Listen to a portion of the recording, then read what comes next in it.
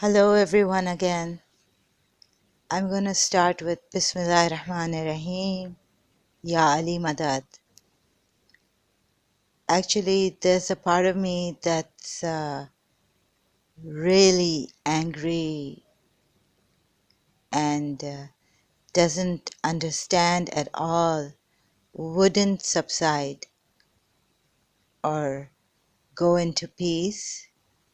It's just wanting justice. And it can't wait. Every day it wants justice for a mother, a believing mother who took care of her daughter like anything, couldn't spend moments with her husband alone outside the house, going to a movie theater because she was worried that her daughter would not be fed properly. And so this is for people like Marianne Williamson and Matthew, Dr. Todd, Mr. Horton, Dr. Webster, the Karachi American School. This person inside of me, the revengeful one, the justice one, can't wait, and is saying that I'm going to send Marianne Williamson's daughter into hell. You just have to say it to God and it'll be done. God is going to listen to you and your mother, so not to worry about that.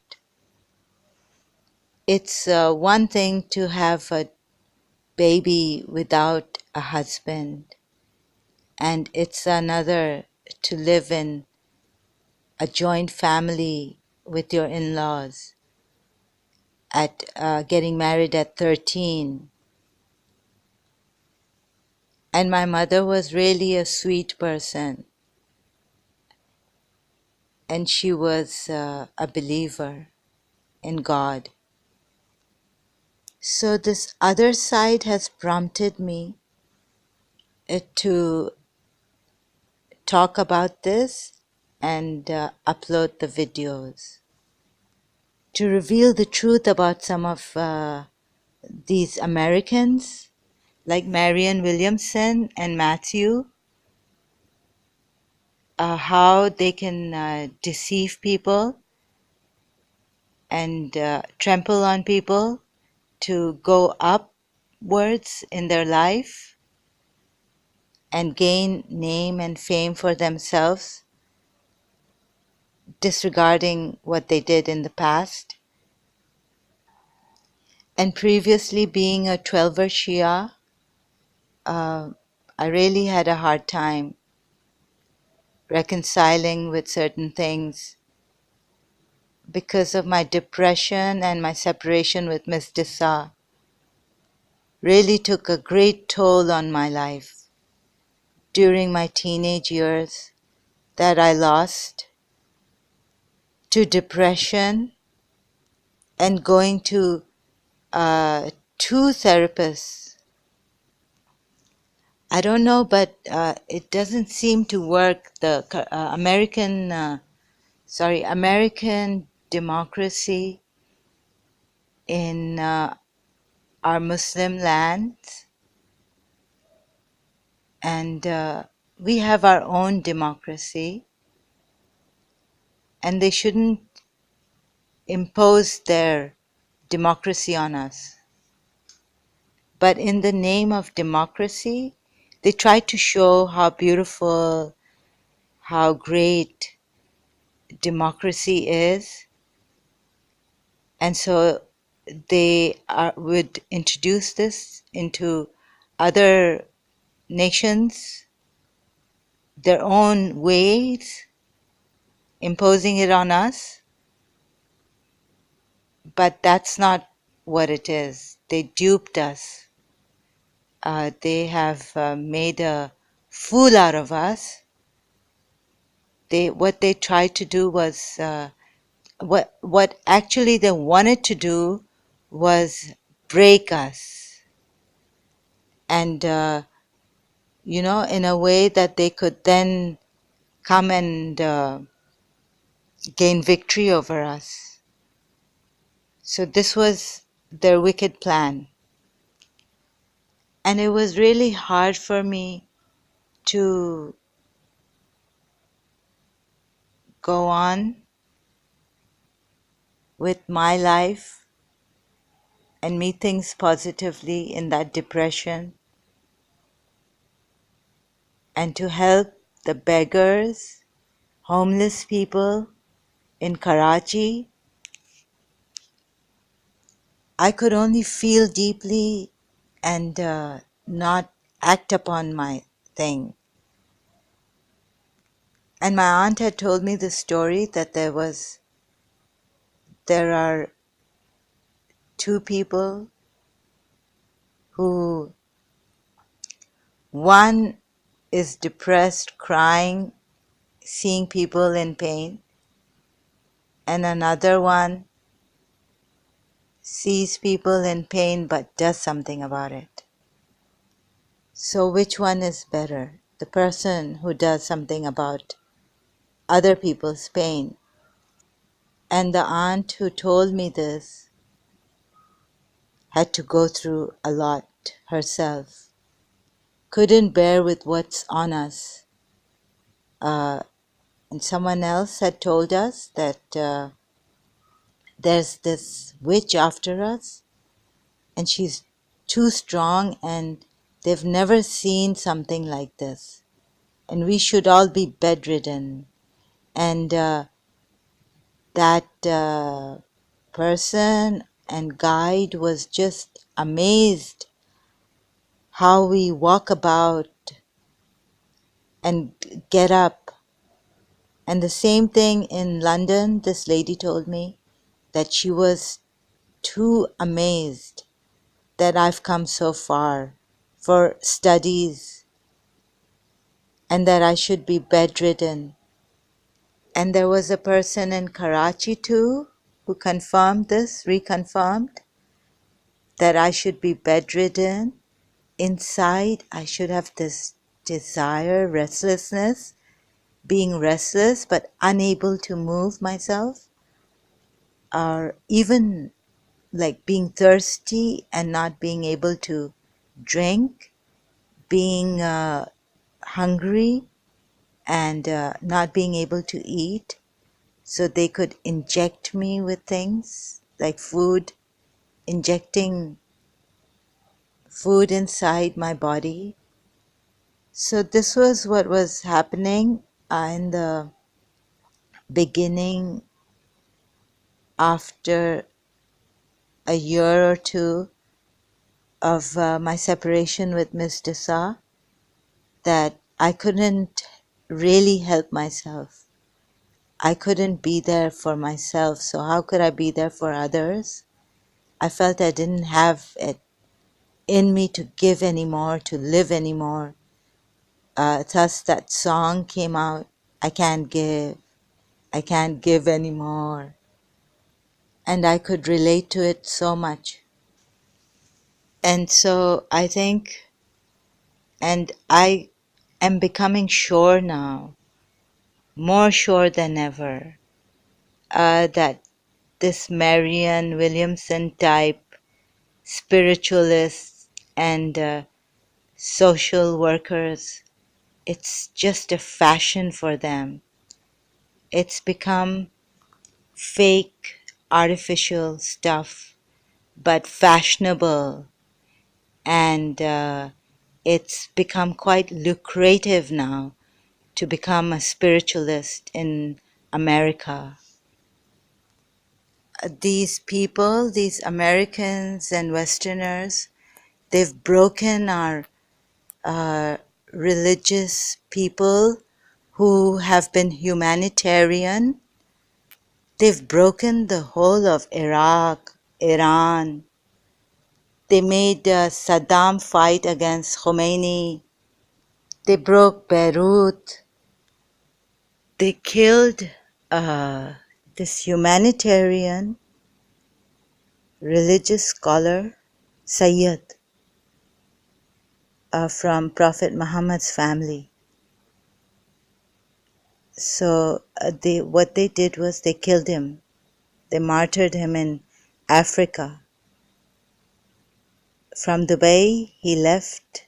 He went to Africa, and there they martyred him. Sayyid Mahdi al-Hakim. Sayyid Mahdi Mahsen al-Hakim.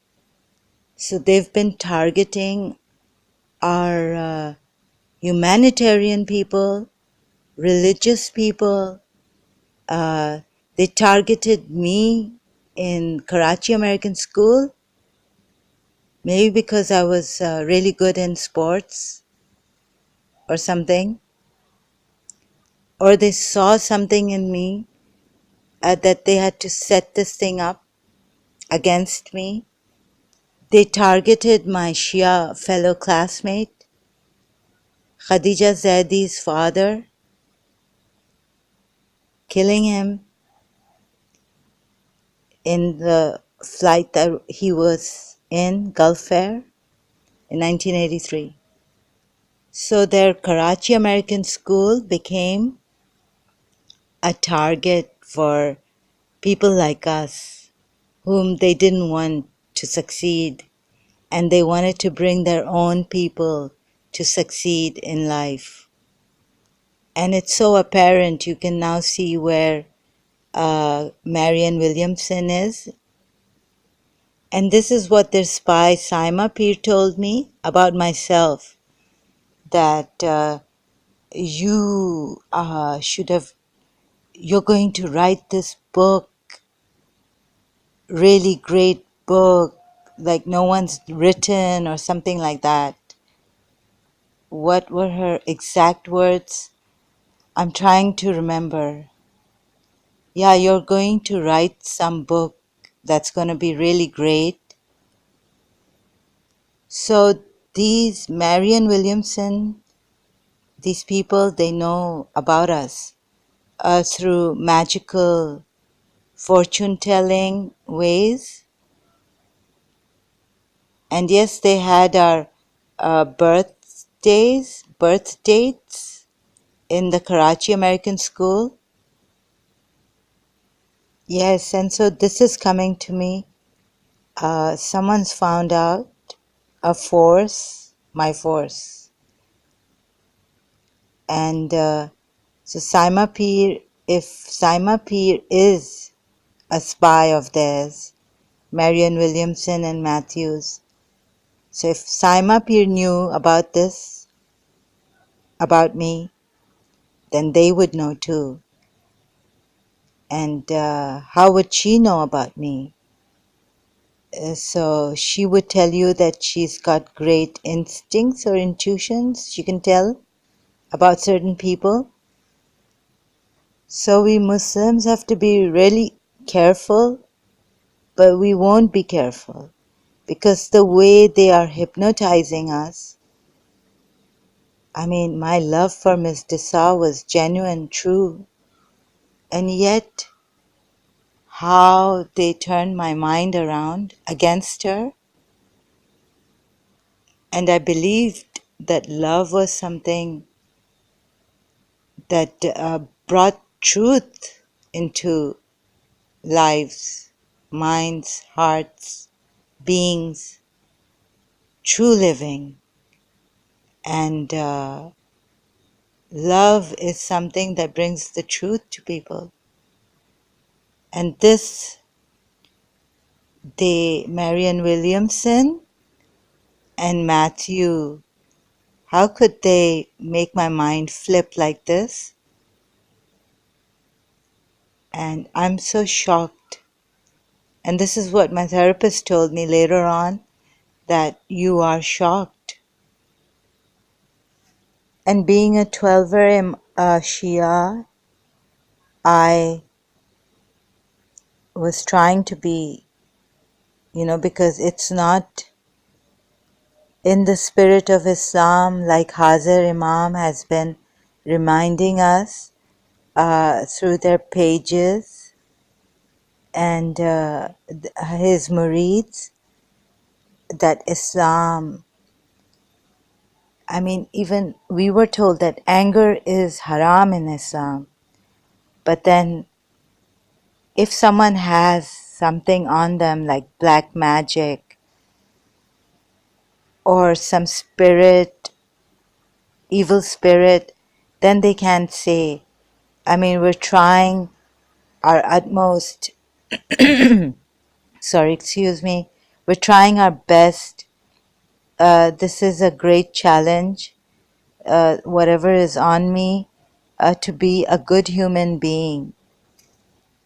Even as our Imam, 12th Imam, is in occultation hidden, so we're supposed to help each other and also as individuals help ourselves through prayers and patience. And since now I've moved on to a very humanitarian person, the Ismaili Hazar Imam, and I can't believe it that I would go against his farmans. Once my Imam says something, then it just, we don't argue with that. We just take it in. Like we used to hear majlises, even if it was against our own ego or self, we sat there and listened and digested it in a very patient, humble, obedient manner, accepting what the person, a religious scholar, was telling us, where we've gone wrong. We need to accept that. We need to forgive ourselves also and stop doing it, stop doing the wrong, come out of the habit, exchange it for better habits, for better deeds. And we need to work on ourselves to become better human beings. And so we're supposed to practice egolessness, no prejudice, and like that, because Imam Hussein, if we can't really follow them, like I told a Sayyid, I said, I don't have it in me. So he told me, just be with them. Just be with them. Even if you are. I couldn't tell him what the things that were happening to me. I was not myself. And the aim that I've wanted was working for and praying good manners and inside source of goodness, being in the source of goodness, working from the source of goodness, so that even if as I am deceived and by dishonest people, I wouldn't complain about it, because this is the spirit of Islam. So much patience, so much forbearance, so much tolerance, and that my consolation is that I didn't harm anyone at the end of the day, even as I was deceived and betrayed and harmed and disgraced.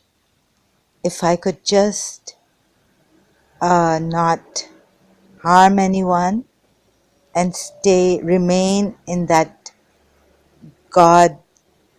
godliness that Imam Hussein alayhi salam persevered, Bibi Zainab alayhi salam, and all their family members and friends in Karbala and afterwards also. So this what is going on in the world, it's not by Muslims, can't be. It's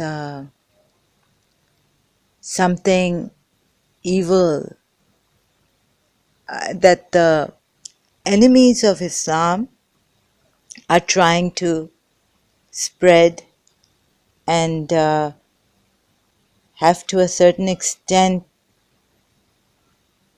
succeeded in their propaganda, in their way of showing what Muslims are when those Muslims are not Muslims. They must be like Matthew and Marianne Williamson, wanting to chop our heads off, and they are fierce, and they are deeply deceptive in their dishonesty, in their ways. And really, if my mother had seen me doing that with Miss Dessa, she would have taken me in and given me such a hitting discipline, a punishment. Because when my mother saw me when I had just joined Karachi American School, and she saw that I was playing with Miss Dessa, and she stopped me. She took me aside and she said, "No, don't do it." So I told her, "We're just playing. I'm just playing with Miss Dessa." And my mother said, "No, no, Zara, not this way." And so she stopped me.